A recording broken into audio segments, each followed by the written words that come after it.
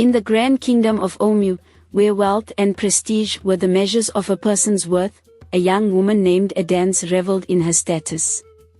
Adanze was the daughter of Chief Obiora, one of the most powerful men in the land. She had never known hardship, only luxury. Draped in the finest silks, adorned with the rarest jewels, she prided herself on being the most sought-after maiden in the kingdom. One evening, as Adanze admired her reflection in the polished brass mirror, she scrolled through the carvings of the town crier's message boards, where news and introductions of prominent suitors were displayed. It was there that she saw the image of a man who made her heart skip a beat. His name was Nkem, and his image showed him adorned in regal robes, standing before grand estates, posing beside fine horses and feasting at lavish banquets. Intrigued, she sent a message, and soon, they spoke day and night through the kingdom's messengers. He spoke with charm, wisdom, and adoration. "You are the brightest moon in my night sky," he would say. "The rivers of Omu cannot compare to the depth of my affection for you." 3 weeks passed, and their connection deepened. When Kem finally suggested they meet in person, Adanze spent hours selecting the perfect attire. She chose a dress woven with gold thread, one that shimmered like the morning sun. The meeting place was the kingdom's finest banquet hall, where only the elite dined. Adanze arrived early, something she never did for anyone else. As she waited, anticipation turned to impatience. "Where are you?" she sent through a messenger. "Do you expect a woman of my status to wait for you?" "I am near," came his reply. Then, a modest horse-drawn cart arrived. The man who stepped down from it bore Kem's face, but not his wealth.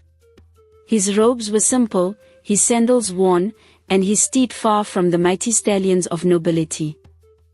Adanze's face twisted in shock.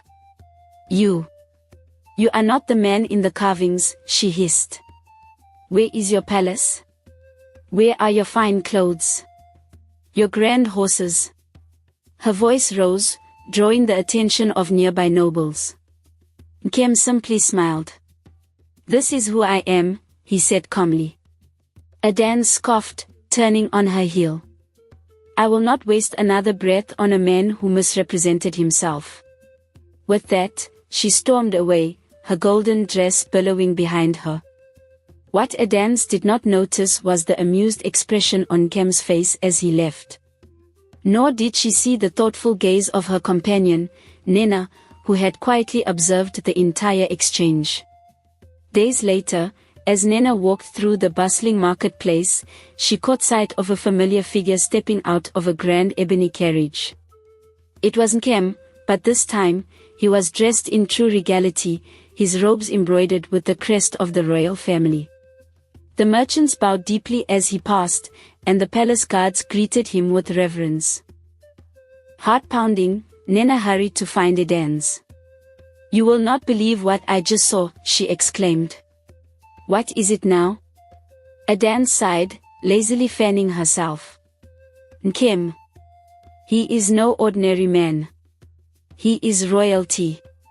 I saw him at the marketplace, dressed in the finest robes, honored by the people." Adanze laughed bitterly. "You must be mistaken. I saw him with my own eyes, a man of modest means." "I have proof," Nena insisted. She described the golden carriage, the royal insignia, and the respectful bows of the people. Slowly, realization dawned on Adanze. But why did he come to me in such simple attire if he is truly wealthy?" "Perhaps," Nena said gently, "he was testing your heart, and you failed." The words struck Adanze like a cold wind. She recalled her cruel words, the disdain in her tone, and the way she had dismissed him so quickly. Shame curled in her stomach. That night, she tossed and turned, her mind filled with regret. The next morning, with trembling hands, she sent a messenger to Nkem's palace, requesting an audience. The reply came swiftly, "Come if you truly wish to speak." As she stood before the grand gates of his palace, her heart pounded. When she was finally led inside, she gasped at the magnificence before her, walls adorned with the finest tapestries, floors of polished marble, and chandeliers that sparkled like the stars. Nkem sat in the grand hall, dressed in royal blue, his expression calm yet unreadable. I misjudged you," Adanze whispered, bowing her head.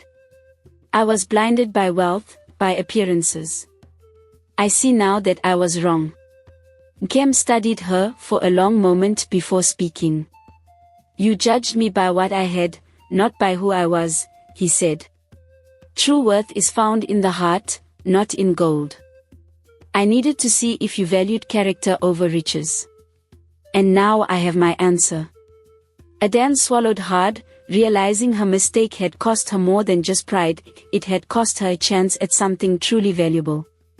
And so, she left the palace with heavy steps, carrying with her a lesson that would forever change the way she saw the world. For in the land of Omu, it was not wealth that defined a person, but the heart they carried within. As Adanze walked the long road home, her mind replayed the events of the past weeks. She realized that true nobility lay not in riches, but in humility and kindness. Determined to change, she sought guidance from the village elders on wisdom and virtue. Months passed, and Adanze transformed. She worked among the villagers, helping the less fortunate, learning patience and humility.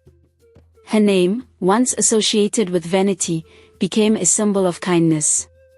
One fateful evening, as she walked through the village square, she met Nkem again. He smiled, seeing the change in her. "Adanze, you have grown."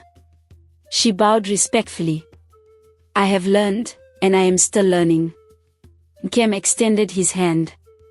"Perhaps we may start anew. This time, with honesty." With a grateful heart, Adanze took his hand, understanding now that true wealth was not found in possessions, but in the goodness of one's soul. And so, the story of Adanze and Nkem became a cherished lesson in the kingdom of Omu, a tale of humility, love, and the true meaning of worth. Thank you for joining us on this magical journey through the heart of the village. We hope this story has shown you the beauty and mystery that can be found in everyday life. Don't forget to like, subscribe, and share this tale with your friends. Who knows what other secrets we will uncover in the next adventure?